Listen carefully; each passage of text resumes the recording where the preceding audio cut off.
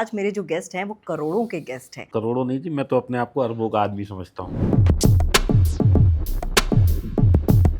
तो मैं करोड़ों में तो बात ही नहीं करता।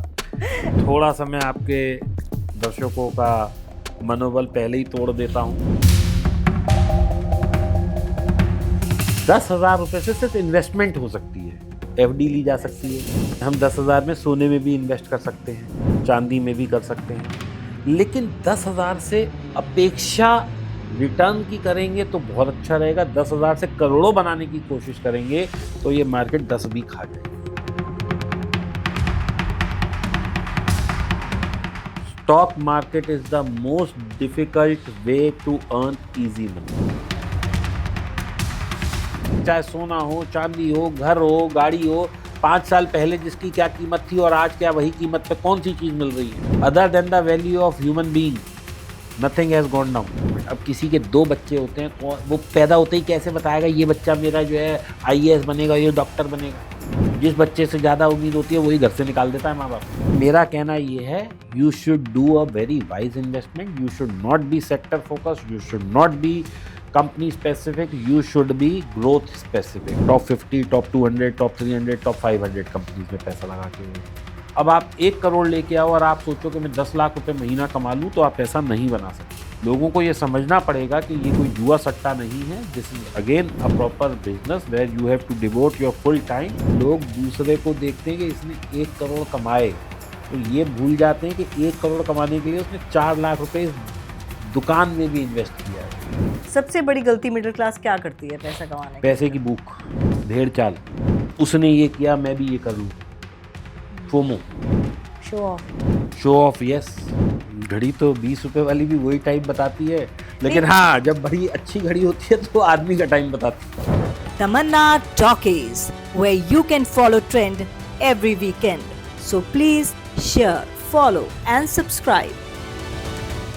इस वीडियो में व्यक्त किए गए सभी विचार, मत और सुझाव अतिथि के व्यक्तिगत अनुभवों और विचारों पर आधारित है। इसमें चैनल, एंकर या निर्माता की सहमति या विचारों का आवश्यक रूप से मेल होना जरूरी नहीं। इस वीडियो का उद्देश्य केवल जानकारी और विचार विमर्श है। इसका उद्देश्य किसी को नुकसान पहुंचाना, गुमराह करना या किसी प्रकार की खतरनाक राजनीतिक या वित्तीय सलाह को बढ़ावा देना नहीं है। दर्शकों से अनुरोध है कि वो किसी भी राय या सलाह पर कार्य करने से पहले अपने विवेक और विशेषज्ञ की सलाह जरूर लें। नमस्कार, एक बार फिर से आपका स्वागत है। और इतने सारे पॉडकास्ट मैंने कर लिए ताकि आप अमीर बने, थोड़ा पैसा आए। आपने उन पर अमल किया कि नहीं किया? चलिए, नहीं किया, एक बार फिर से मौका देती हूँ, क्योंकि आज मेरे जो गेस्ट हैं वो करोड़ों के गेस्ट हैं और वो कई बार कई लोगों को फर्स्ट से अर्श तक पहुँचा चुके हैं। और उनकी जो स्ट्रैटेजीज़ रहती हैं, उनके जो कह सकते हैं टिप्स रहते हैं, वो आसान भी होते हैं, प्रैक्टिकल भी होते हैं, और कहीं ना कहीं आपको लगेगा कि यार ये तो मेरी ही बात कर रहे हैं। तो एक बार ना फिर से बोलूँगी कि सीट अपनी बांध दीजिए, बैठे रहिएगा 1 घंटा कम से कम, ताकि आप एक एक टिप्स उनसे ले सकें। और आज बात हर किसी चीज़ की होगी, स्टॉक मार्केट की भी होगी, जो सोने चांदी के भाव क्रैश कर रहे हैं और जो करेक्शन देखा जा रहा है उस पर भी करेंगे। और साथ ही साथ सबसे इंपॉर्टेंट बात, आपकी साइकोलॉजी, आपका माइंडसेट कैसे आपको मिडिल क्लास से अमीर बना सकता है, उसकी बात भी करेंगे। मेरे साथ है दीपक वाधवा जी। सर, आपका बहुत बहुत स्वागत है। बहुत बहुत धन्यवाद तमन्ना जी, मुझे यहाँ बुलाने के लिए। तो पहले तो मैं आपको करेक्ट कर दूं, करोड़ों नहीं जी, मैं तो अपने आप को अरबों का आदमी समझता हूँ। तो मैं करोड़ों में तो बात ही नहीं करता, क्योंकि जब तक हम अपनी वैल्यू खुद नहीं बढ़ाएंगे तो सामने वाला तो हमें वैल्यू करेगा ही। मैंने अपनी घटा दी है बोल के। तो और दूसरा मेरा मानना ये है कि आदमी पैसे से रिच नहीं होता, पैसा बाई प्रोडक्ट है। आदमी को माइंडसेट से रिच होना पड़ेगा। आप जब तक if you cannot think rich, you will never be rich. दूसरा, थोड़ा सा मैं आपके दर्शकों का मनोबल पहले ही तोड़ देता हूँ कि जो हम बात करने वाले हैं वो it has to be treated like a business. ठीक है। It is not a lottery के आप आए, मैं आया, हमने कुछ चंद हज़ार रुपए लगाए और करोड़ों बन जाए। ये मिथ्या है। स्टॉक मार्केट इस तरह से काम नहीं करता है, जबकि लोगों को लगता है ऐसा ही है कि मैं छोटा सा पैसा लाऊंगा, अरे स्टॉक मार्केट यहाँ तो अरबों कमा लूँगा। लेकिन यहाँ मैंने लोगों को अरबों रुपए बाजार को देते हुए देखा है, कमाते हुए तो इक्का दुक्का देखे हैं। और एक डेटा है जो हमें सेबी और NSE देता है कि 93% people are losing money in when they trade in stock market. आपने भी सुना होगा कि आप अपने घर में कोई बुजुर्ग हो, मम्मी हो, पापा हो, उनसे आप जब बात करेंगे कि स्टॉक मार्केट अच्छा जुआ खेलता है, because this has been treated like जुआ सट्टा। तो it is a very serious business. तो पहले तो उन लोगों का मिथ दूर कर देते हैं कि ये जुआ सट्टा नहीं है। आप यदि आज रिलायंस का शेयर ले रहे हैं तो आप माननीय श्री मुकेश अंबानी जी के साथ पार्टनरशिप कर रहे हैं, ठीक है, वो कई लाख करोड़ के पार्टनर हैं और आप शायद कई हज़ार के पार्टनर हैं, but whenever you are buying a share, it is a partnership between two people, one is company and other is individual. इसीलिए कहते हैं कि मैंने शेयर खरीदा। शेयर का क्या मतलब होता है? हिस्सा। अब वो बात अलग है कि उनके पास बहुत बड़ा शेयर है और आपके पास एक शेयर है, लेकिन it is actually a partnership with the company ownership, director, chairman जो भी है।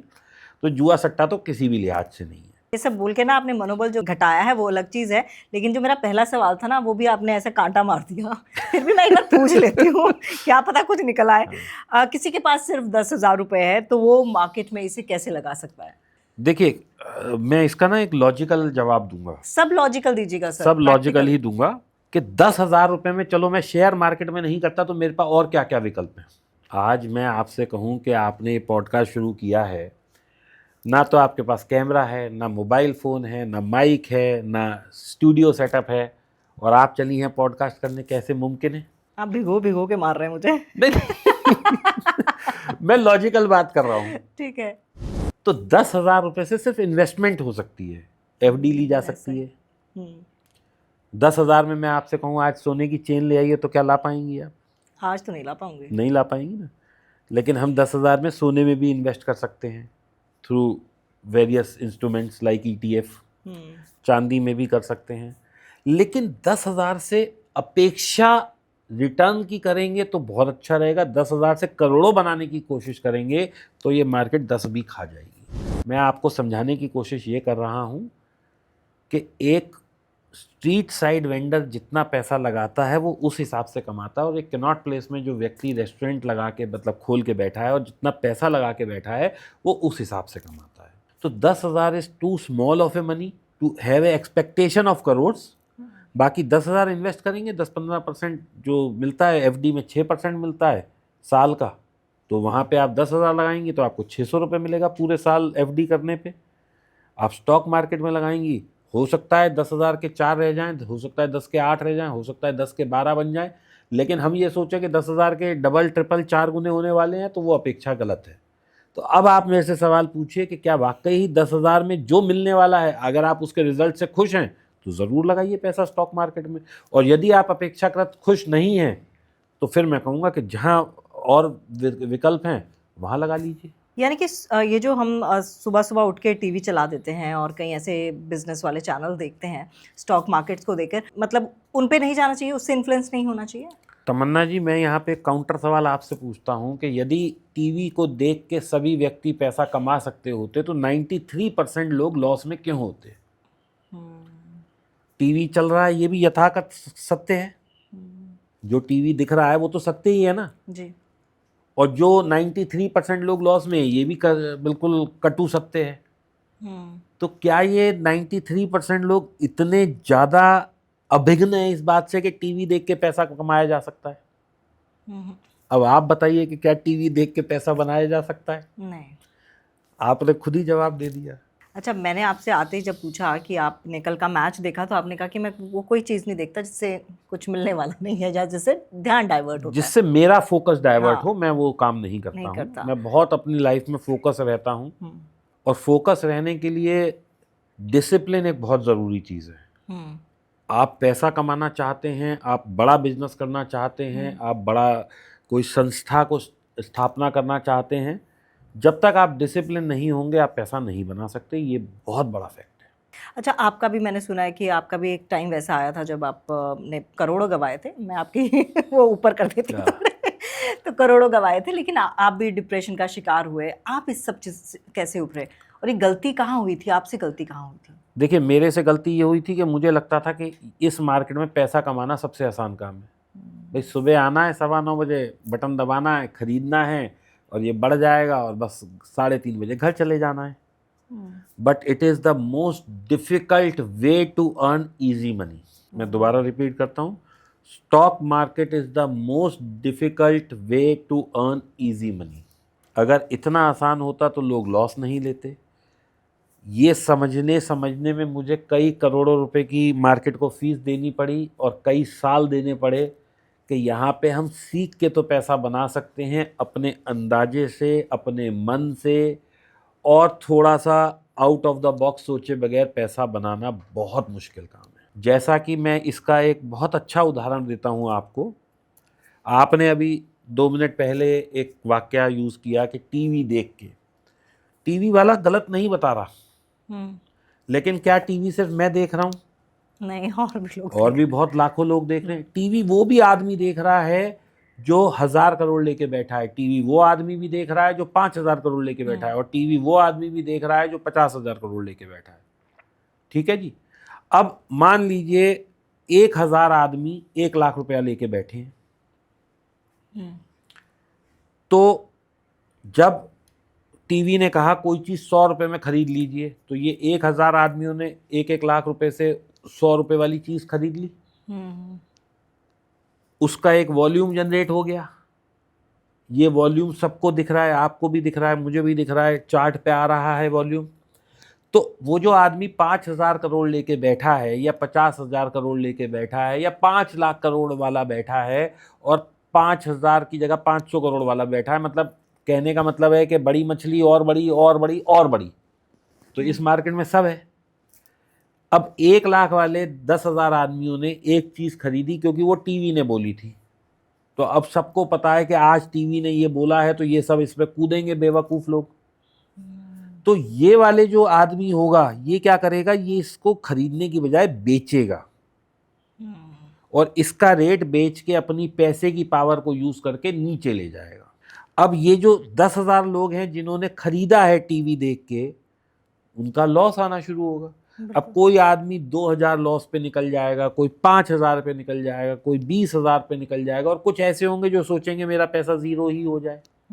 तो ये जो बैठा है ना, ये वेल्स, छोटी शार्क, बड़ी शार्क, और बड़ी शार्क, और वेल, ये क्या करेंगे, ये उसको उस लेवल तक गिराएंगे कि इन 10,000 लोगों को लॉस हो जाए। अब आंकड़ा क्या है, 10,000 के सामने 5 ही लोग तो मुनाफे में हैं, तो वो 5 ये हैं जो बड़े पैसा लेके बैठे हैं, और जो सिर्फ टीवी देख रहे हैं, अपने ज्ञान का प्रयोग नहीं कर रहे, वो लॉस ले रहे हैं।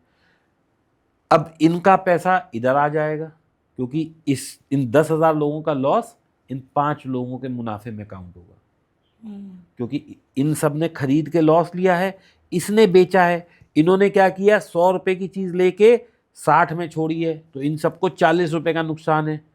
इन्होंने क्या किया है, 100 की बेच के 60 में कवर किया, तो इन सबको 40 का मुनाफा है।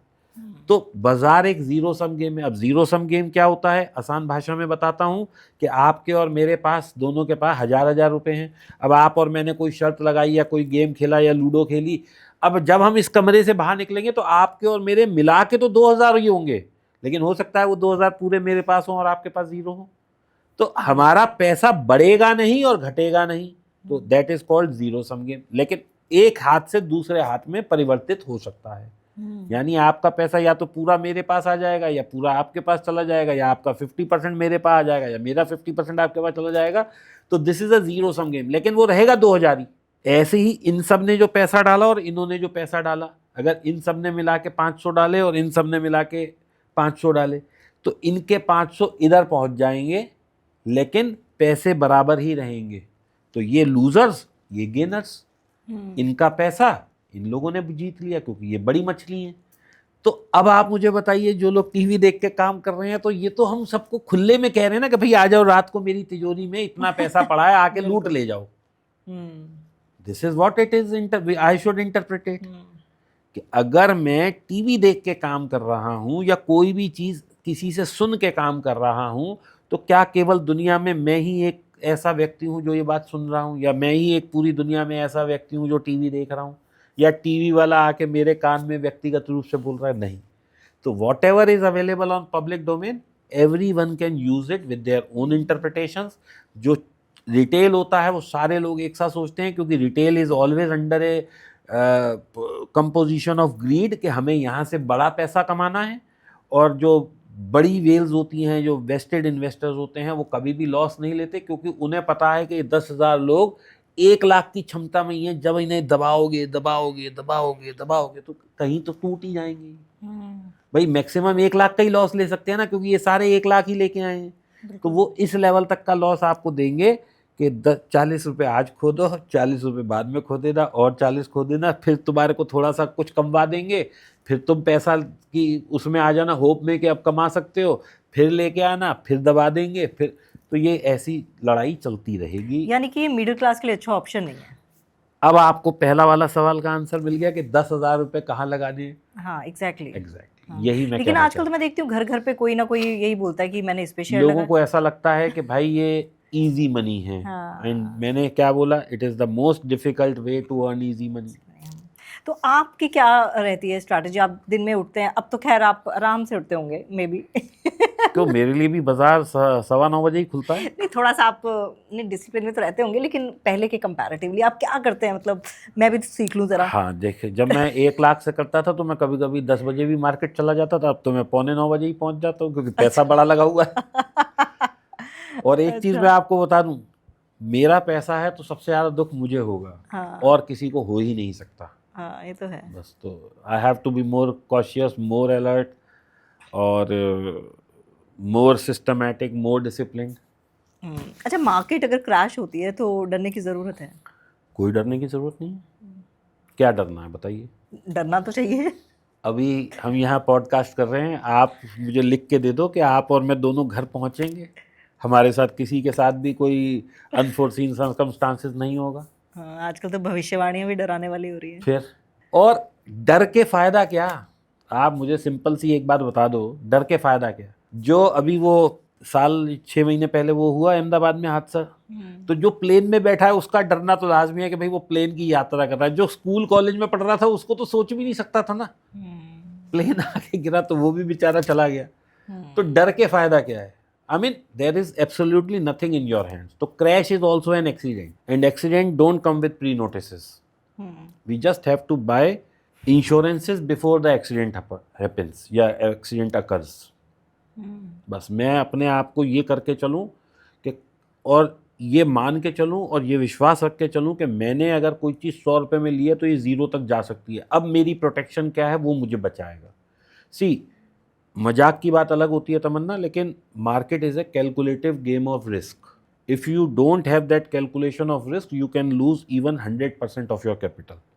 तो व्हाट आई डू, या जो ये सब लोग हैं जो पैसा लगाते हैं, बाज़ार में कमाते हैं, जो भी प्रॉफिटेबल ट्रेडर है वो अपने रिस्क पे काम करता है, वो प्रॉफिट पे काम नहीं करता। Profit and earning money is the by product if you are managing the risk properly.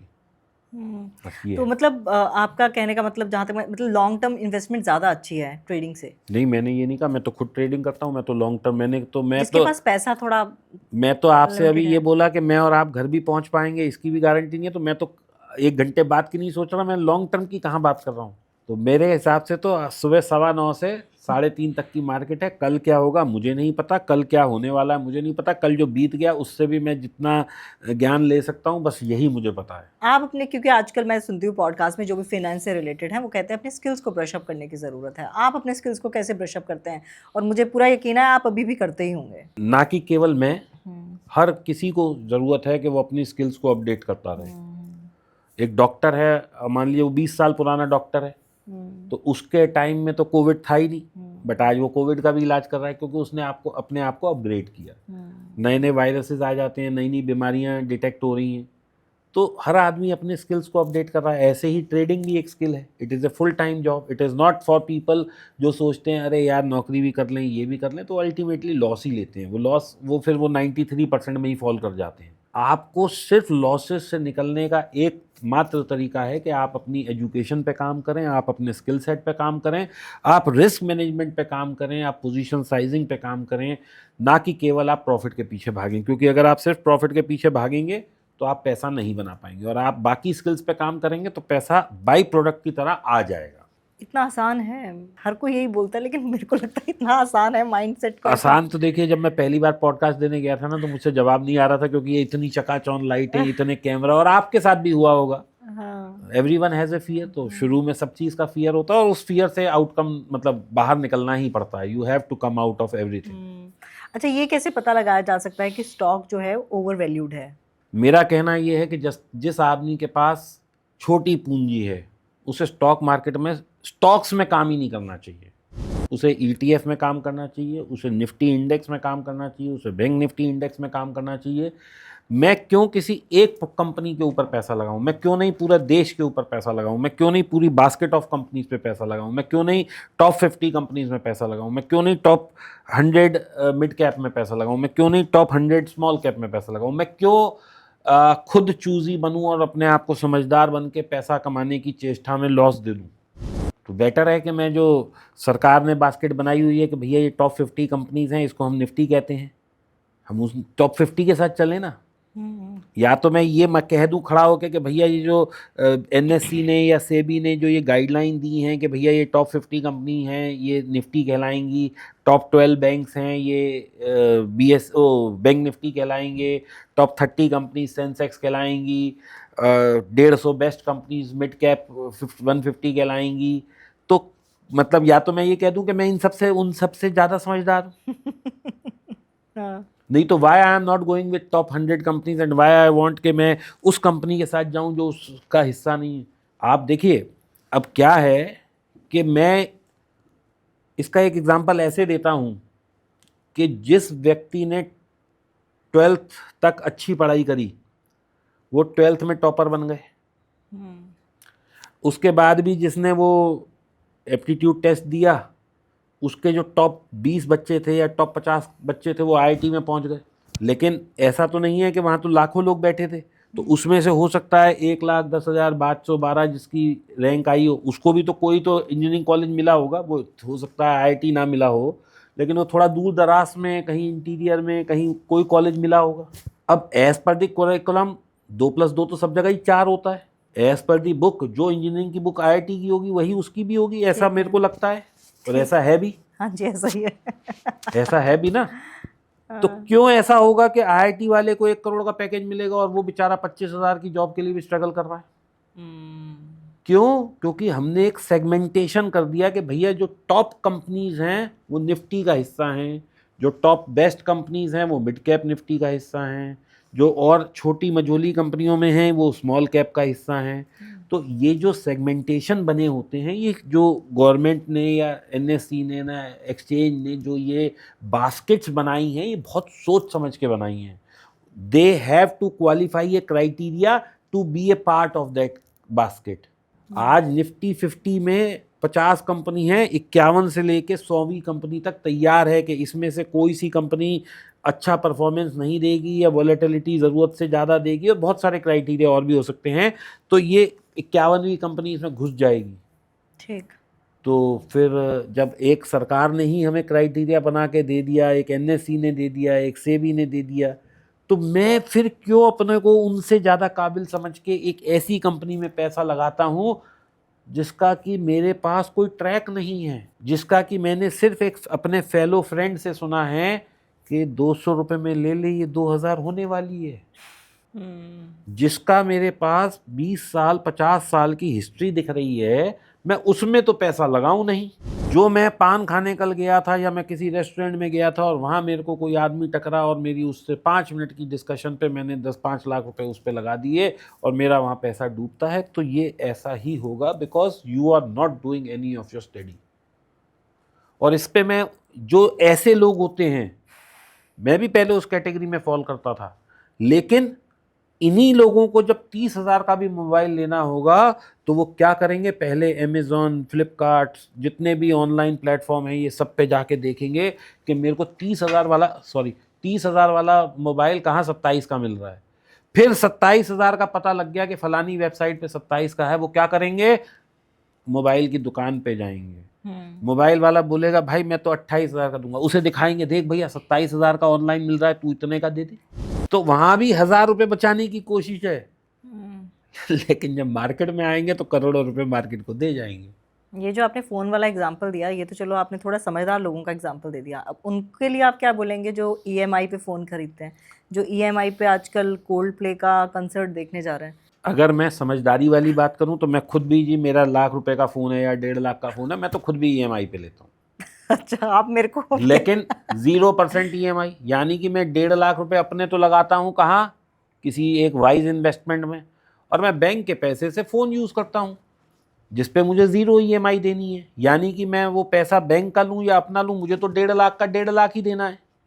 तो मैं फिर क्यों ना स्मार्ट इन्वेस्टर मतलब स्मार्ट कंज्यूमर बनूं कि भैया ठीक है मैं अपने पैसे नहीं देता, अपने पैसे पे मैं ब्याज खाता हूं और इसको मैं वो देता हूं। लेकिन मुझे पता है कि 1.5 लाख का मैं फ़ोन ना लेके अगर मैं इसको कहीं इन्वेस्ट करूंगा तो मैं इस पर 10%, 12%, 20% कुछ साल का कमा लूंगा।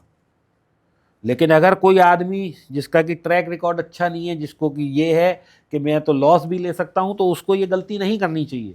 अब वही है कि you have to be a differentiator because you only know yourself very well.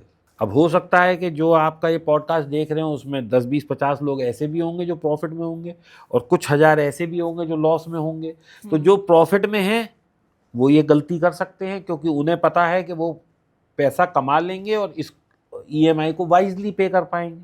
अब कुछ ऐसे हैं जो पता है कि भाई हम तो दे ही नहीं सकते या हम लॉस ले सकते हैं, तो उन्हें नहीं करना चाहिए। अब मैं इसका तो ऐसे एग्जांपल देता हूँ कि बिजली की तार है, सबको पता है इसमें करंट है, लेकिन कौन अपने मन की तृष्णा को पूरा करने के लिए रोज जाके टच करता है? तो बस यही है। मुझे क्या करना है 30 से 40 लाख की गाड़ी लेने के लिए? आपको 30 से 40 लाख की गाड़ी लेने के लिए पहले बैंक में पैसा इकट्ठा करना है और फिर आपको शोरूम जाना है, टेस्ट ड्राइव लेनी है जो भी इस रेंज में आती हैं, और बस फिर गाड़ी ले लेनी है और फिर मुझे पार्टी देनी है। हाँ, पार्टी तो पक्का, लोन पे नहीं लेनी ना। नहीं, मैं कभी भी नहीं कहूँगा भाई 50 लाख की गाड़ी लोन पे ही लेनी चाहिए। आप कह रहे हैं लोन पे गाड़ी लेनी चाहिए, लेकिन मैंने तो 2-3 पॉडकास्ट किए, सब में एक्सपर्ट्स ने बोला लोन पे, इसलिए तो मैं गाड़ी ले नहीं पा रही हूँ। करूँ तो करूँ क्या? देखिए ऐसा होता है, हर किसी की एक अपनी सोच होती है।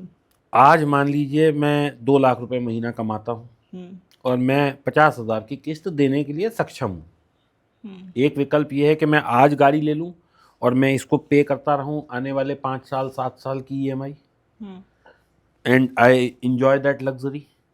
दूसरा तरीका ये है कि मैं ये 50,000 की जो किस्त देने वाला हूँ, सो कॉल्ड किस्त, इसको मैं इन्वेस्ट करना शुरू करूं और जब ये 5-7 साल बाद एक बड़ा कॉर्पस बन जाए तो गाड़ी लूं।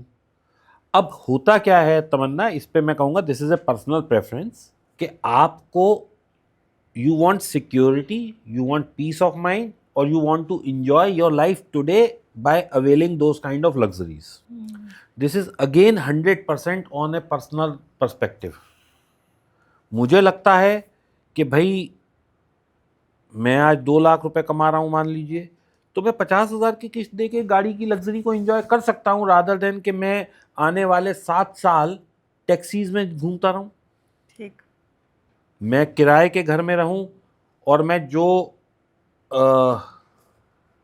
EMI वाली बात है वो ना दूँ। अब मैं आपको एक उदाहरण देता हूँ, देखिए मैं आई मे बी रॉन्ग, मैं पहले ही माफ़ी मांग लेता हूँ आपसे भी और आपकी ऑडियंस से भी। हम 2 सिनारियो की बात करते हैं जिसमें कि पर्सन 1 है और पर्सन 2 है। पर्सन 1 ने आपका फॉर्मूला अडेप्ट किया, वो नौकरी कर रहा है, वो किराए के घर पे रह रहा है और वो अपनी सेविंग जो है सारी लगा रहा है म्यूचुअल फंड में या कोई भी any type of investment, and he is not buying a house, और वो लाख रुपए महीने की जोड़ रहा है पैसा, राइट? वेयर एज पर्सन 2 ही, और मैं इसमें एक और क्लैरिटी दे देता हूँ, person 1 is by also earning 2 lakh of rupees, person 1 is also earning 2 lakh of rupees. दोनों की आमदनी बिल्कुल बराबर है, दोनों का एक ही कंपनी है, सबका एक ही है। पैसे की जब हम बात करते हैं तो this is something we can always gauge, gauge मतलब नाप सकते हैं, विच इज टेंजेबल, दिख रही है हमें, ठीक है। लेकिन there are certain things which are known as act of God. क्या वो हम नाप सकते हैं? नहीं। अब पर्सन 1 ने क्या किया जी, म्यूचुअल फंड में पैसा लगाना शुरू कर दिया लाख रुपए महीने का, और पर्सन 2 ने EMI देनी शुरू कर दी लाख रुपए महीने की। इसने घर खरीद लिया 1 करोड़ का, वो किराए पे रह रहा है। Situation is same for both of them because they both are earning 2 lakh of rupees. Person 1 जिसने घर लिया था, तो बैंक ने क्या किया, उसे घर के साथ साथ ये कहा कि भाई साहब आप तो कल को मर भी सकते हो, तो आपको इस घर के साथ एक टर्म इंश्योरेंस भी लेना पड़ेगा कि कल को आपको कुछ हो गया तो हमारी बकाया किस्तें इंश्योरेंस कंपनी देगी। पर वो भाई साहब ने तो कुछ लिया ही नहीं। 5 साल के बाद सिचुएशन नंबर 1 जिसके पास घर था उसकी डेथ हो गई। लेकिन घर उसके पास रह गया तो उसकी फैमिली इज सिक्योर्ड। उसके पास इन 5 साल में mutual fund market was going down. इसने तो 60 लाख रुपए 1 लाख की किस्त देके 60 लाख के सामने अपने फैमिली को एक सिक्योरिटी लाइफ लॉन्ग के लिए दे दी कि भाई अगर मैं हूं या नहीं हूं तो घर तो अब तुम्हारा है अपना। उसके तो 60 लाख 30 ही लाख रह गए, उसके तो बच्चे रुल गए। अब उसकी बीवी को सारी जिंदगी ये टेंशन रहेगी कि मेरे को बच्चों को भी पालना है और घर के लिए भी कुछ करना है जुगाड़। अब आप मुझे बताओ, घर लेना समझदारी है या किराए पे रहना समझदारी है? घर लेना समझदारी है बस। तो दिस इज द पर्सपेक्टिव। हो सकता है, I have very high regard for people who say that, क्योंकि वो मेरे अच्छे दोस्त हैं, बट डिफरेंस ऑफ ओपिनियन हो सकता है, सोच का फर्क हो सकता है। इसके पीछे एक और भी रीज़न है कि I am having grey hairs और they are all young people, so they might not be thinking to that depth where I am thinking. मैं उनको भी गलत नहीं बताऊंगा, लेकिन मैंने अपने पर्सपेक्टिव दोनों के लिए रख दिए हैं। 30 साल बाद अगर हम बात करेंगे तो जिसने म्यूचुअल फंड में पैसा लगाया उसके पास बहुत सारा पैसा होगा और इसके पास घर होएगा, लेकिन लाइफ का हमें नहीं पता है। हम हिंदुस्तान के वासी हैं, यहाँ जैसे ही आदमी थोड़ा भी कमाने लगता है उसके घर वाले, उसके पापा मम्मी कहते हैं भाई छत तो अपनी होनी चाहिए। सो ये कंसेप्ट ऑफ छत जो है, जो हमारे दादा परदादा से है, this is actually a sense of security. When you are living in your own house, that is called a sense of security. लेकिन आजकल ये चेंज तो आया है। मैं हमेशा यही बोलती हूँ कि हमारे मॉम डैड ने घर तब बनाया था जब हम ग्रेजुएशन वगैरह कर रहे थे, 11th में थे। लेकिन अब क्योंकि सिचुएशन, तब लोग ये सोचते थे, जैसे मेरे पापा हुए या आपके हुए या और भी जो है, कि भाई लोन नहीं लेना। They were not buying the loans. Today when home loan is available, I think people should avail a home loan and go for the homes. मैं और किसी चीज़ के लिए नहीं कहता। मैं ये कभी नहीं कहूँगा कि आप हॉलीडे जाएं EMI पे, बिल्कुल नहीं। मैं ये कभी नहीं कहता कि आप और लग्जरीज कोई लें, बिल्कुल नहीं। लेकिन होम एक ऐसी चीज़ है which is a sense of security. आजकल तो सैलरी आते ही पहला काम यही होता है कि भाई होम लोन लेके घर ले लिया अभी तो आपने मेरे से कहा कि कुछ एक्सपर्ट आप ही को बोल के गए कि घर नहीं लेना। हाँ, मेरे को तो एक तो है जो बिल्कुल मतलब ताल ठोक के ये चीज़ बोलते हैं कि घर लेना, स्पेशली नोएडा, बेवकूफ़ी है। वो कहते हैं आप 2 टियर सिटी में ले लीजिए, वो बेटर है। देखिए, अब ऐसा है कि मैं नौकरी नोएडा में कर रहा हूँ, मैं नोएडा में रहा हूँ। मेरे को 60 लाख का या 1 करोड़ का घर लेना है, मैं नोएडा में ना लेके मैं ले लूँ 2 टियर सिटी में। अब आप देखो फ़र्क समझो इसका। मैं नोएडा में लेता हूँ तो मेरे को 1 करोड़ वाला घर मेरे को 20-30-50 हज़ार रुपये कुछ किराया भी कमा के देगा। जब मैं 2 टियर में लूँगा, 1 करोड़ का ही मैंने वहाँ घर लिया, EMI तो दोनों की मेरे लिए बराबर है, वहाँ से मैं कितना कमाऊँगा? 10-12 हज़ार रुपये किराया। तो क्या लॉजिक है? ये वाला घर मेरा मल्टीप्लाई भी होगा 5 साल बाद, ये तो डबल भी हो सकता है या 10 साल में डबल हो सकता है। वो वाला तो 2-5-7% ही साल का बढ़ेगा। अगर मेरी इन्वेस्टमेंट ही बराबर हो रही है तो फिर। अच्छा, आने वाले 6 महीनों की अगर मैं बात करूँ, प्रिडिक्ट कर सकते हैं आप मार्केट को? You are sitting with the wrong person. ज्योतिषी के साथ बैठूं? उसके लिए आपको ज्योतिषियों ने तो बहुत प्रोग्राम कर लिए हैं। हाँ। वो सिर्फ यही बताते हैं कि ये आने वाला है, प्लेन क्रैश होने वाला है। आप मार्केट क्रैश बताइए, होने वाली है कि नहीं? मुझे नहीं पता। I really have no idea, क्योंकि इन माई लाइफ टाइम मैंने तो 1990 में मार्केट क्रैश देखी, 1992 में मार्केट क्रैश देखी, उसके बाद मैंने 2006-07 में मार्केट और 2008 में मार्केट क्रैश देखी, फिर मैंने 2000 में मार्केट क्रैश देखी थी उससे पहले, फिर मैंने 2012-13 में मार्केट क्रैश देखा, फिर मैंने 2016 में मार्केट क्रैश देखा, फिर मैंने 2020 में मार्केट क्रैश देखा। मैंने तो इतने सारे क्रैश देखे अपने लाइफ टाइम में। तो क्या मार्केट उसके बाद सब दुखड़ा लेके बैठ गई और घुस गई नीचे? क्या चीज़? आप मुझे खुद बताओ ना, कौन सी ऐसी चीज़ है जो 5 साल पहले, चाहे सोना हो, चांदी हो, घर हो, गाड़ी हो, 5 साल पहले जिसकी क्या कीमत थी और आज क्या वही कीमत पे कौन सी चीज़ मिल रही है? कोई नहीं। Other than the value of human being, nothing has gone down. और किसी की कोई ऐसा सेक्टर जिसकी वैल्यू अंडर वैल्यू आपको दिख रहा है? कोई ऐसा सेक्टर? तमन्ना, कहीं भी पैसा लगा दो, सबने बढ़ना है। कोई 1 साल बाद बढ़ेगा, कोई 3 साल बाद बढ़ेगा, कोई 5 साल बाद बढ़ेगा। We should not gauge any of the investment. अब किसी के 2 बच्चे होते हैं, वो पैदा होते ही कैसे बताएगा ये बच्चा मेरा जो है IAS बनेगा, ये डॉक्टर बनेगा? जिस बच्चे से ज़्यादा उम्मीद होती है वही घर से निकाल देता है माँ बाप को। तो इसलिए मेरा कहना ये है, you should do a very wise investment, you should not be sector focus, you should not be company specific, you should be growth specific. और ग्रोथ के लिए मुझे पैसा हिंदुस्तान में लगाना है, मुझे पैसा इंडिया में लगाना है, मुझे पैसा देश में लगाना है। और वो कैसे होगा? वो top 50, top 200, top 300, top 500 companies में पैसा लगा के होगा। जब हम एक बात कहते हैं टॉप 500, तो पूरे हिंदुस्तान में कितनी लाखों कंपनी है? मैं टॉप 500 कह रहा हूँ। ठीक। तो मैंने तो ऑटोमेटिकली सारे स्पेसिफिकेशन, सारे क्राइटेरिया सब मीट आउट करके तो वो वहाँ पहुँचे हैं।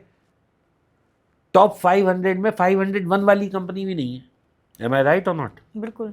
अब आप एक स्कूल में जाएं तो आप स्कूल में 7,000 बच्चा पढ़ता है, आप कहो जी टॉप 10 ले आओ, तो टॉप 10 का मतलब पूरे they are the best in the school, best of the lot.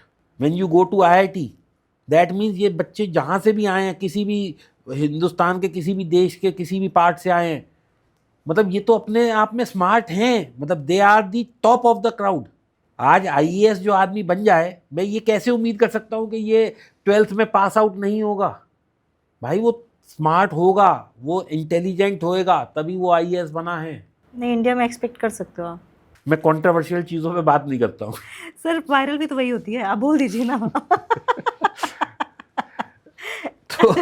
तो ऐसा है कि मैं यहाँ पे नॉलेज शेयर करने आया हूँ, वायरलिटी शेयर करने नहीं आया। अच्छा, ग्रीड और फियर को कैसे कंट्रोल कर सकते हैं?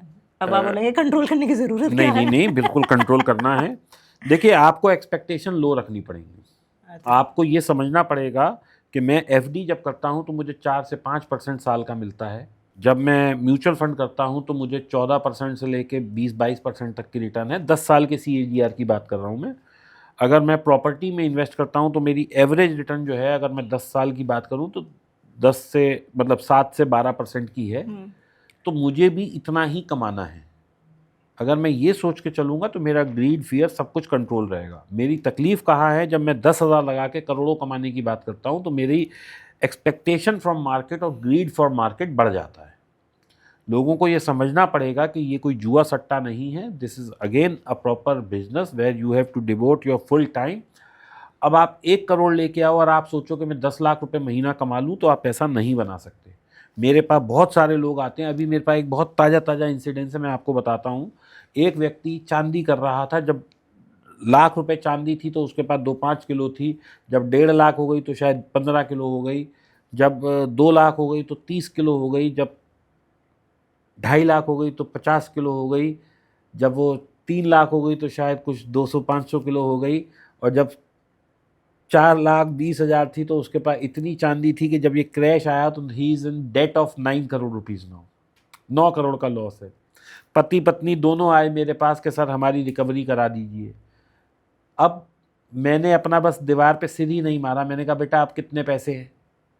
तो बोले सर सब कुछ कर कर आके 20 लाख अरेंज कर लेंगे। तो मैंने कहा 20 लाख से आपको 9 करोड़ कमाने हैं? बोले हाँ सर। मैंने कहा ये रास्ता है जी, आप यहीं से ही बाहर जा सकते हो, मेरे पास और कोई तरीका नहीं है। So people have to understand that there can not be impractical things in life. और ये रिवेंज ट्रेडिंग जो होती ये है, यही है। ये यही है 20 ना? लाख से 9 करोड़ जिसे कमाने हैं ना, तो अब वो क्या करेगा? डेंजरस। उल्टे सीधे ट्रेड लेगा, हर न्यूज़ को कैच करने की कोशिश करेगा, सोचेगा कि टॉप और बॉटम पकड़ लूँ। वो अल्टीमेटली ये 20 लाख भी दे के जाएगा मार्केट को, नहीं कमा सकता, क्योंकि he has already lost his balance of mind, he has lost his temperament, he has lost his patience. तो ऐसे आदमियों को जो लॉस में होते हैं, इसीलिए ट्रेडिंग रोक देनी चाहिए। क्योंकि देखिए at the end of the day मैंने शुरू कहाँ से किया था?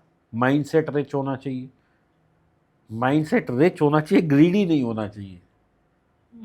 आपको ये बात समझनी पड़ेगी कि मैंने खोया करोड़ों रुपए है, आएगा तो हजार रुपए करके ही। जिस दिन आप ये समझ लेंगे, जिस दिन आप इतनी पेशेंस दिखाएंगे मार्केट में, जिस दिन आप ये समझ लेंगे कि आप आज किसी भी व्यक्ति को देख लो, कोई भी दुनिया का व्यक्ति देख लो, आप मतलब जो भी रिचेस हैं उनका तो पब्लिक डोमेन पे सब चीज़ है ही ना। हमें ये तो दिखता है कि मुकेश अंबानी आज रिचेस्ट हैं, but how much of his wealth is increasing every year. जिस दिन हम ये समझ लेंगे ना, हमारी और उनकी वेल्थ ऑलमोस्ट सेम बढ़ रही है, लेकिन सवाल क्या है कि उनके पास 20 लाख करोड़ है और मेरे पास 20,000 रुपये है। तो ये पैरिटी को मैं दूर नहीं कर सकता। होता क्या है तमन्ना, लोग दूसरे को देखते हैं कि इसने 1 करोड़ कमाए, वो ये भूल जाते हैं कि 1 करोड़ कमाने के लिए उसने 4 लाख रुपए इस दुकान में भी इन्वेस्ट किया है। फुल टाइम ये रियलिस्टिक का करियर है? हाँ हाँ बिल्कुल है, कई लाखों लोग कमा रहे हैं फुल टाइम, क्यों नहीं कमा रहे। मेरे जो ये जैसे- समझ लेता है कि 1.5-2% की कमाई हो सकती है वो कमा रहा है, और जो ये समझ लेता है कि भैया तो लॉटरी है तो वो मार्केट को सब दे जाता है, घर भर भी बिका के चला जाता है उसका। माइंडसेट में ऐसी कौन से कुछ चीजें हैं जो लॉस में लेके जाती हैं? ग्रीड को कंट्रोल में रखना है। मतलब मेरी इच्छा है कमाने की, वो ग्रीड हुआ, वो तो मेरी एक्सपेक्टेशन हुई ना, एस्पिरेशन हुई। हाँ मैं बताता हूँ आपकी, देखो बहुत अच्छी बात कही। आपके घर में चाय का पतीला कितने किलो का है? सर अलग अलग है। सबसे बड़ा कितना है? 3 लीटर का होगा। 3 लीटर का। अब 3 लीटर का चाय बनाने को कितनी देर लगती है? पूरी 3 लीटर चाय बनानी है तो कितनी देर लगेगी? लग जाएंगे 20 मिनट,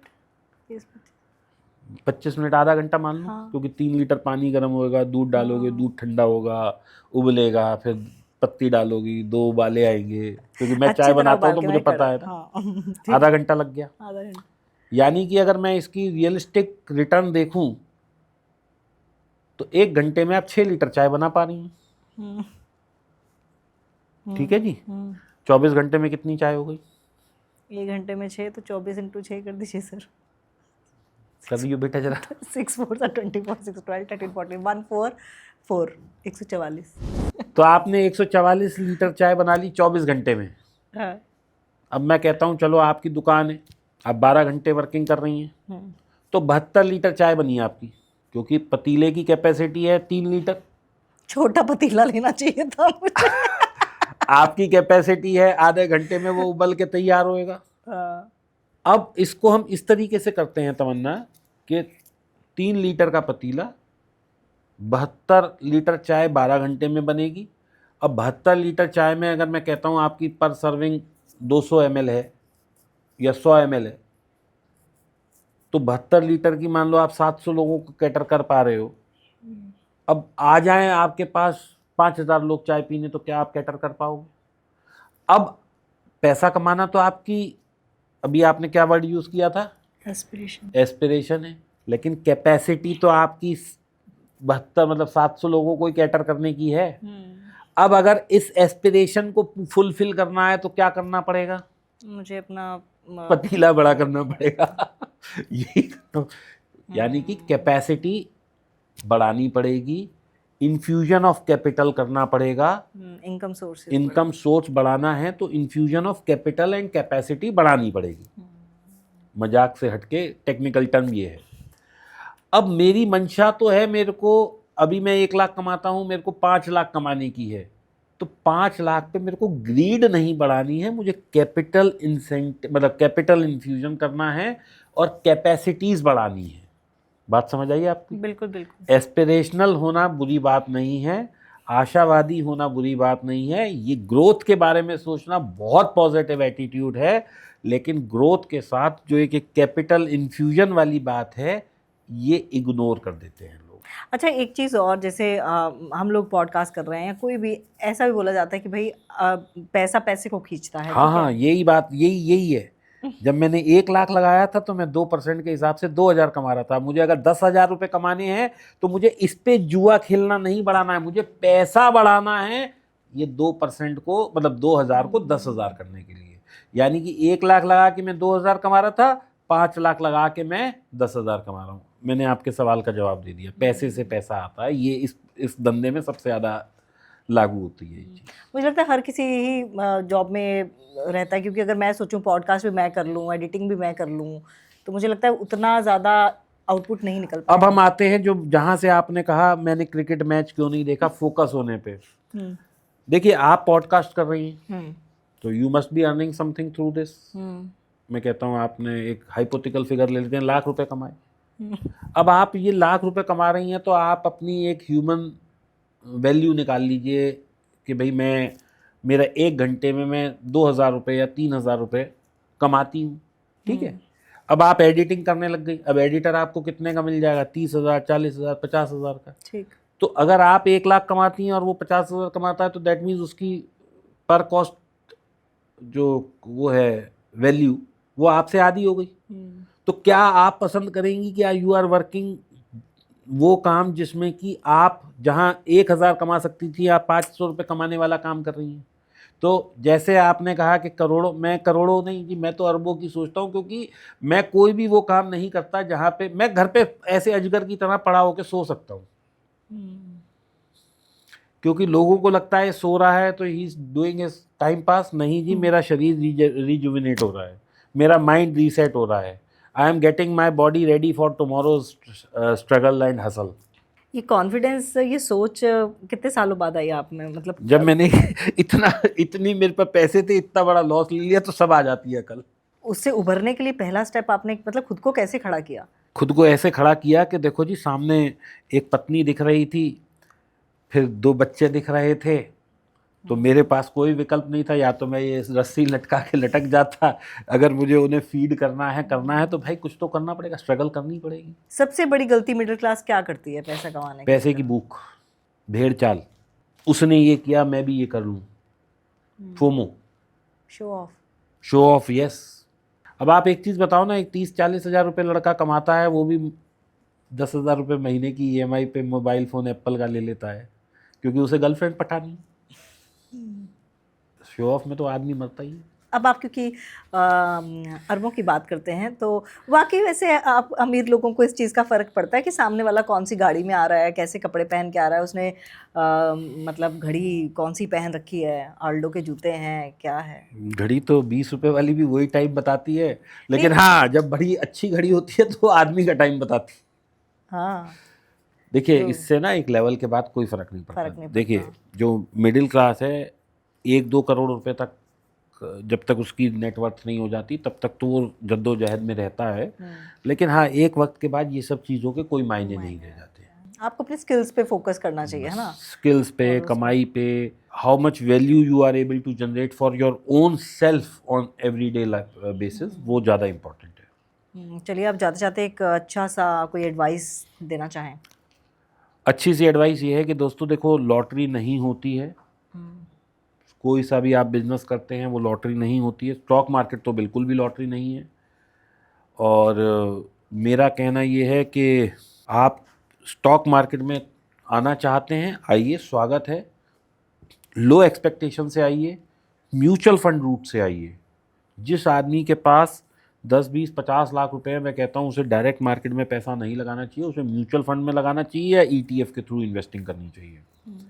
उसे डायरेक्ट कंपनीज़ के स्टॉक नहीं खरीदने चाहिए, क्योंकि उसको नहीं पता कि कंपनीज़ की रियलिटी क्या चल रही है। उसके पास उसका रियलिटी चेक नहीं है, उसके पास स्टडी नहीं है, उसके पास रिसर्च नहीं है, उसके पास चार्ट पढ़ने की नॉलेज नहीं है, उसके पास ना तो टेक्निकल नॉलेज है ना फंडामेंटल नॉलेज है। उसके पास क्या है? उसके साथ पास ये है कि भाई मेरे एक दोस्त ने फलाने टाइम में इतना पैसा लगाया था तो आज उसका इतना हो गया, तो मेरा भी इतना हो जाएगा। उसके पास सिर्फ ये एक रीज़न है। तो इस पर नहीं काम करना। अपनी रिसर्च या तो करो, पूरा टाइम दो, मेहनत दो, और उस पैसे के लिए तैयार रहो जो मिलने वाला है। अगर एक्सपेक्टेशन ज़्यादा है, उम्मीदें ज़्यादा हैं, तो भाई रुक जाओ। बेटर है जो एक्सपर्ट है उसके साथ चले जाओ, यानी कि म्यूचुअल फंड। अगर फिर भी कुछ नहीं समझ में आ रहा तो बी ए गुड इन्वेस्टर और अपनी अपॉर्चुनिटी कॉस्ट के लिए नौकरी करो ना। आज मान लो मैं 1 लाख की नौकरी कर रहा हूँ, तो ये भी तो मेरी अपॉर्चुनिटी कॉस्ट है। अब मैं ये काम छोड़ दूँ तो वो 1 लाख भी नहीं आएगा, और उधर पता लगा 25-50 लाख जो मेरे पास है उससे मेरा लॉस हो गया। तो यहाँ से भी आमदनी बंद, वहाँ से भी बंद, वहाँ से कुछ आया नहीं और ये 1 लाख की नौकरी और चली गई, तो फिर क्या फ़ायदा है? चलिए, जाते जाते एक सवाल और पूछ लेती हूँ। अब ये तो गलत हो गया। बस गोल्ड को लेकर जो अभी पीछे जैसे हमने बताया, त्राहिमाम मचा हुआ था, अरे गोल्ड क्रैश हो गया और करेक्शन आ गई, बहुत ज़्यादा चीज़ें चल रही थी। मेरा सवाल ये है कि फ्यूचर में आप गोल्ड को कैसे देखते हैं? हालांकि आपने अभी आंसर दिया कि आप कहीं भी पैसा लगाएंगे या पैसा बनेगा। देखिए, मेरा कहना ये है कि आप ना कभी भी ये मत देखिए कि मैंने, अब किसी ने 4 लाख रुपए पे चांदी ले लियो तो वो आज 2.5 लाख पे बैठा है, तो भाई लॉस में है। इसमें there is no denial about it. लेकिन आप क्या करिए, आप ना इसको ऐसे रिसर्च करिए कि मैंने 5 साल पहले अगर लिया होता तो मैं आज कहाँ हूँ, 6 साल पहले लिया होता तो मैं कहाँ हूँ, 10 साल पहले लिया होता तो मैं कहाँ हूँ, 10 साल पहले लेके 5 साल बाद बेच दिया होता तो मैं कहाँ हूँ। तो whenever you see a block of time, यानी कि 5 साल का क्या ऐसे ऐसे पीरियड है, मैं कितने साल में निकल सकता हूँ।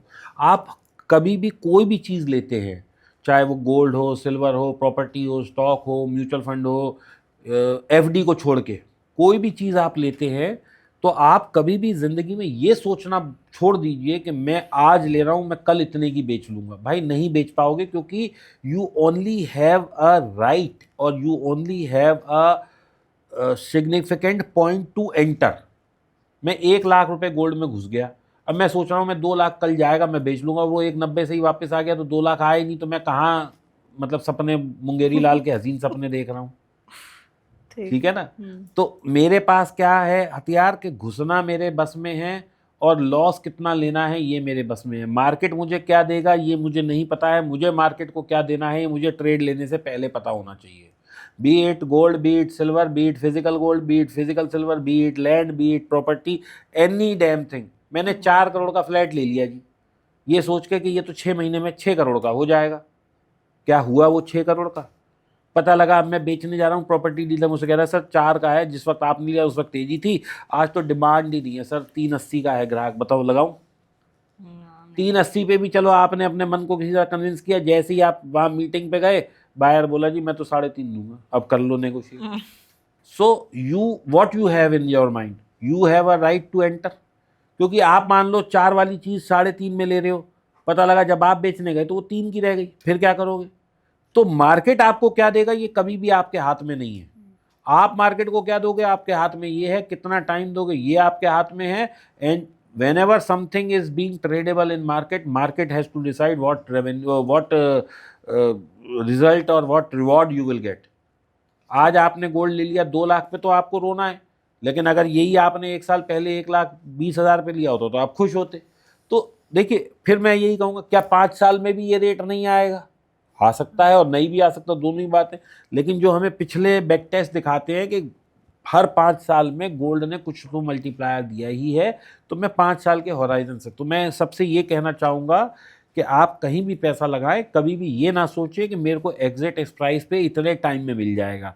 प्राइस आप निर्धारित कर सकते हैं, लेकिन टाइम कभी भी आपके हाथ में नहीं है। आपको 1 करोड़ का आपने घर लिया, आप 2 करोड़ का बेचना सकते हैं, ज़रूर बिकेगा, लेकिन हो सकता है 2 साल बाद बिके, हो सकता है 5 साल बाद बिके, हो सकता है 10 साल बाद बिके, हो सकता है 2008 जैसा कोई क्रैश आ जाए तो 8 साल 10 साल वेट करनी पड़ जाए, और हो सकता है 2020 के बाद वाली तेजी आ जाए तो 1 साल में बिक जाए। So we can not gauge time, certain things are not in our hand. ठीक, यानी कि वेट एंड वॉच वाली सिचुएशन है और उसके साथ आपको थोड़ा सा टैकल करना पड़ेगा। आपका बहुत बहुत धन्यवाद, आप आए और थैंक यू आपने तमन्ना जी, इतनी बहुत बहुत शुक्रिया, अच्छी जानकारी दी। और आप हमें सब्सक्राइब कीजिए, लाइक कीजिए और देखते रहिए Tamanna talkies. Bye, take care. Tamanna talkies, where you can follow trend every weekend. So please share, follow and subscribe.